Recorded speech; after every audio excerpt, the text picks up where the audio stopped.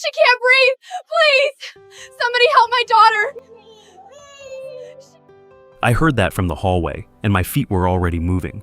I'm a dishwasher, bottom of the food chain on a luxury cruise ship. Nobody sees me. Nobody knows my name.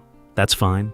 Invisible people notice everything. I saw the little girl first, 6 years old, shoulders heaving with every breath, lips going pale at the corners, clutching a yellow stuffed bear like it was the only thing keeping her steady.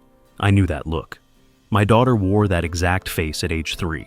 I sat alone with her in an ER at 2 a.m. with $11 in my pocket, watching her fight for air.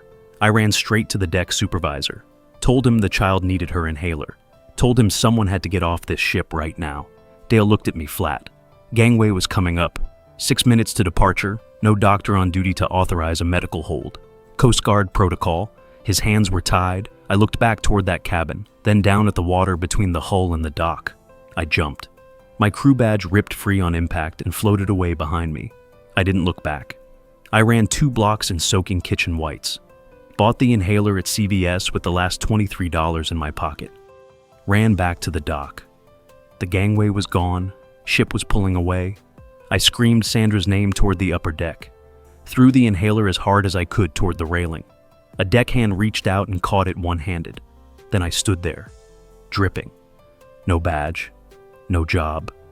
No $2,100 paycheck. My daughter's tuition deadline was tomorrow morning. I laughed, because sometimes that's all you've got. A man in a polo shirt walked toward me from the dock gate, holding my crew badge.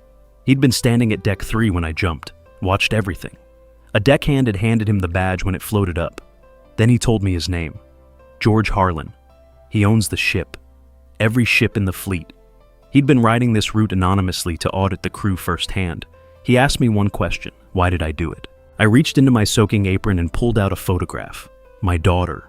I flipped it over, 4 words in her handwriting. Daddy's reason, love, Cora.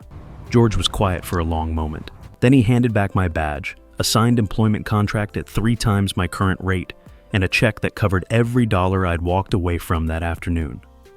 Life has a long memory. Every time you show up for someone in their worst moment, the universe quietly takes note. It never forgets. If someone once showed up for you when it cost them something real, tap twice. This one's for them.